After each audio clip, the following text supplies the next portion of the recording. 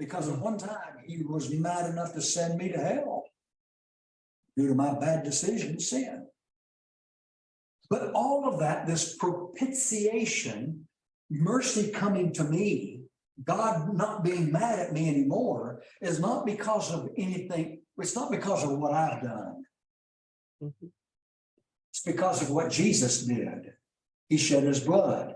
Now I have to do some things for that blood to flow and its efficacy to my life, but I could hear, believe, repent, confess, and be baptized 15 times a day and still be lost without the blood of Jesus. The blood of Jesus is what makes my propitiation, receiving God's mercy, God not being mad at me anymore, possible. All right, let's go to Romans 5. I just mentioned it, verse 9. This is our next verse. Romans 5, verse 9. Being therefore justified by grace, being therefore justified by his blood, we shall be saved from the wrath of God through him. Justification. I forget where I first saw this years and years and years ago, but I used it when I wrote a little book on Romans, and I called it Just If I'd Justified, Just If I'd Never Sinned. That's justification. Because of the blood of Jesus, God looks at you as though you never had ever done anything wrong. This is a judicial term. A judicial term. The judge of all the earth looks to you and says, not guilty anymore. You're acquitted because Jesus shed his blood. Justification. The next verse is Ephesians 1, verse 7. In him we have redemption through his blood, the forgiveness of our sins. Redemption. Elizabeth, this is the financial term. Buy back. Buy back. Like you pawn something and you go back and pay for it. Good. My dad, when he was preaching many years ago, told a story that I've never forgotten. This little boy spent some time building in his daddy's workshop. He spent time building a little sailboat. And he was so proud of his craft, his craftsmanship. It came time to launch the sailboat. He went out to a nearby lake and he put that sailboat in the lake, in the water. And he made a mistake. He forgot to attach a string to it.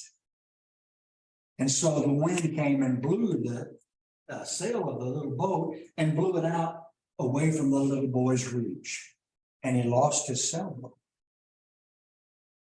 Sometime later, he was walking downtown and he walked by the toy store. And in the window, he saw his sailboat, the one he built. So he went inside and he asked the shop owner, he said, how much is that sailboat in the window? He was given the price. He went home, he broke open his piggy bank and he got out the money. And he went back and he bought a sailboat. And when he was leaving the shop, he was heard to say, little sailboat, you're mine, twice mine. I made you, I bought you, you're mine, twice mine. With the blood of Jesus, God says, you're mine. Oh, you're twice mine. I made you, then I bought you, you're mine, twice. twice mine. Redemption. I'm pretty special to God because he made me and he bought me and he paid with the blood of Jesus to have me. That's good news.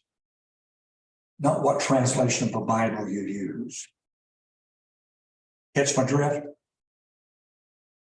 The next verse, Ephesians 2, verse 13.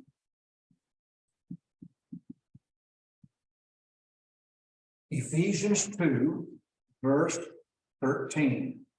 He talked about Jews and non-Jews and how they can come together because of the blood of Jesus. Now, in Christ Jesus, you who once were far off, Gentiles in context, have been brought near by the blood of Christ.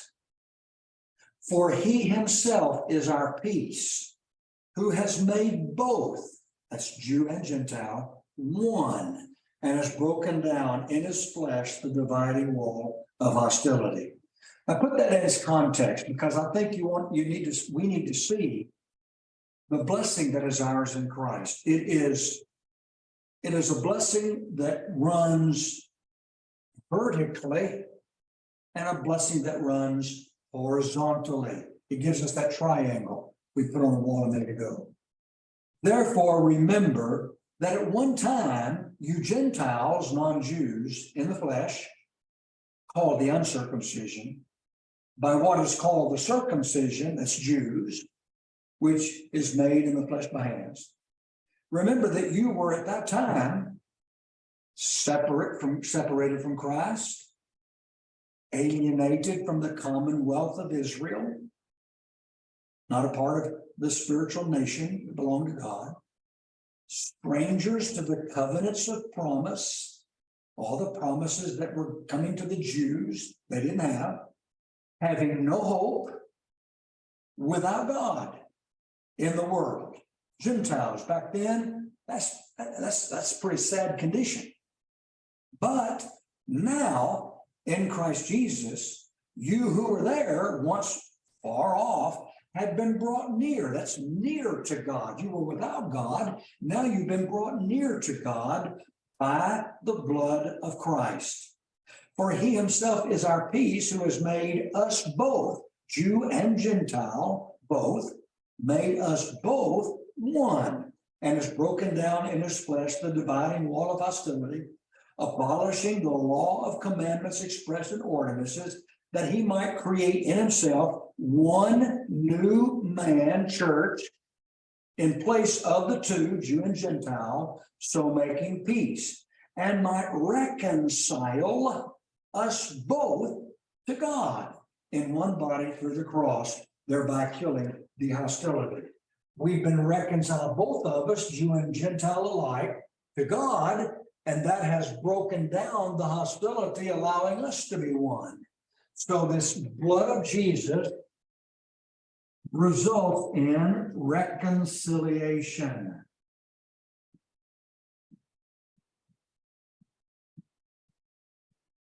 That's a relational term. A husband and wife get into a fuss, and they decide it's best for us to separate. And they separate. We ask, oh no, that's awful. I hate to hear about that. Is there any hope of reconciliation? What are we asking? Can they get back together? Can they get back together? That's reconciliation. So at one time, we were separated from God, but we have been able to get back together with God. At one time, Jews and Gentiles were separated from each other.